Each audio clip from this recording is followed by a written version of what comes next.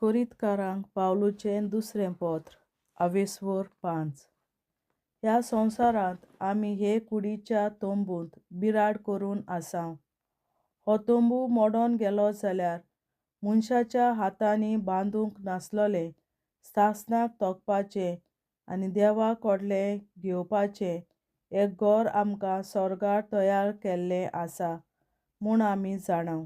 विंगली जाल्ल्या मनशा वरी आमी ह्या तोंबू भायर पडलोलीं जावूं नाय, पूण अजून ह्या तोंबूंत जियेतना ह्या आतांच्या बिराडाचेर तें आमचें सुर्गीचें घर घेवंक आमी आशेतांव.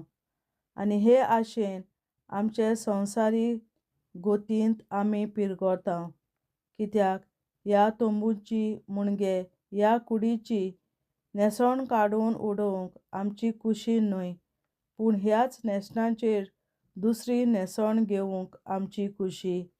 देखून ह्या तोंबूंत म्हणगे आमचे कुडींत जियेतना एका बाराक काल चेंपोन आसलोले भाशेन आमी पिरगोतांव. अशें जें कितें आमचे भितर विनाशी आसा ताचो भस्म जातलो हें अविनाशी जिविताचें जैत. ह्याच शेवटाक खुद देवान आमकां तयार केल्यांत आनी ताणेंच हाचो इशारो कसो आमकां आत्मो दिला.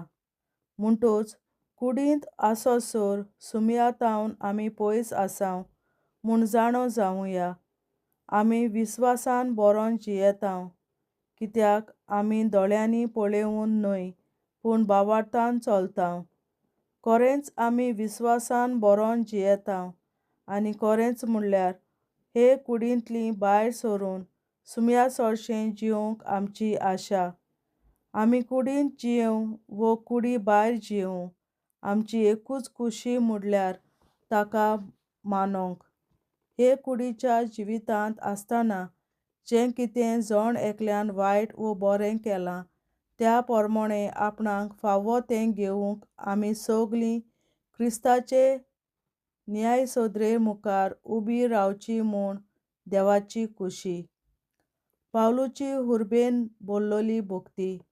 म्हणटूच सुमयाची भोक्ती खऱ्या मोनान करून मनशाक जोडून घेवंक आमी वावुरतांव. आमची वागणूक देवा मुखार उक्ती आनी तुमचेय अंतस्करणा मुखार ती उक्ती आसा म्हूण आमी विस्वास दवरतांव.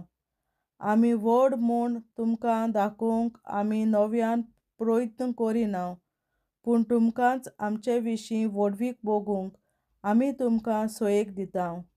अशें जीं कोण कालीज आनी मोन पळोवन न्हय पूण फकत भायलीच वागणूक पळोवन बोडाय सांगतात तांकां तुमच्यान फुडो करूंक जबाब दिवंक जातोलें. आमी पिशे म्हूण दिसता कोणाक?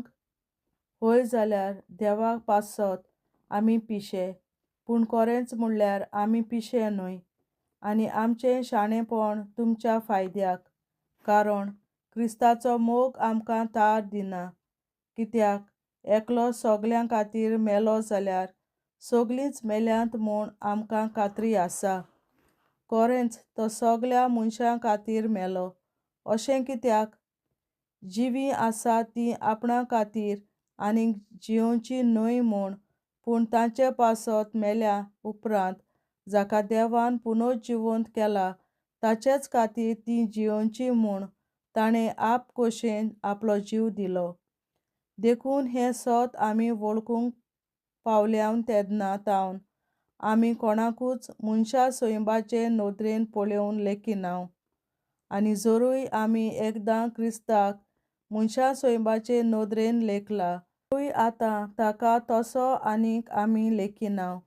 म्हणटूच कोणूय क्रिस्ताच्या एकवटांत आसात तर ती एक नवी रचना. पोन्नें तें गेलें, आतां सोगलेंच नवें. हें सोगलें देवा कडसून आयलां.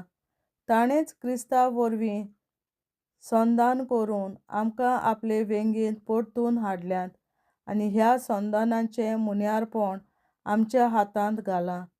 हांव सांगूंक सोदतां तें हें: देव मनशाचीं पातकां ताचेर आड मोनांत दवरिना, पूण क्रिस्ता सोबें देव संवसारांतल्या सोगल्या मनशांक आपले वेंगेन परतून घेता आनी आतां ह्या संदानाचो संदेश ताणें आमचे आदीन केला. म्हणटच आमी क्रिस्ताचे प्रतिनिधी. आमचे उदेशीक खूद देव तुमकां उलो करता. क्रिस्ताच्या नांवान आमी तुमकां अशी विनोती करता, देवाचे वेंगेन परतून येयात. जेजूक कसलेंच पातक नासलें, पूण ताच्या एकवटांत आमी देवाचेच पवित्रतायेन देवाक मानवलोलीं जावचे खातीर ताका देवान आमचे सारको आपणा मुखार कांटालो केलो. देवाचें उतोरें. देवाचे व्हड उपकार.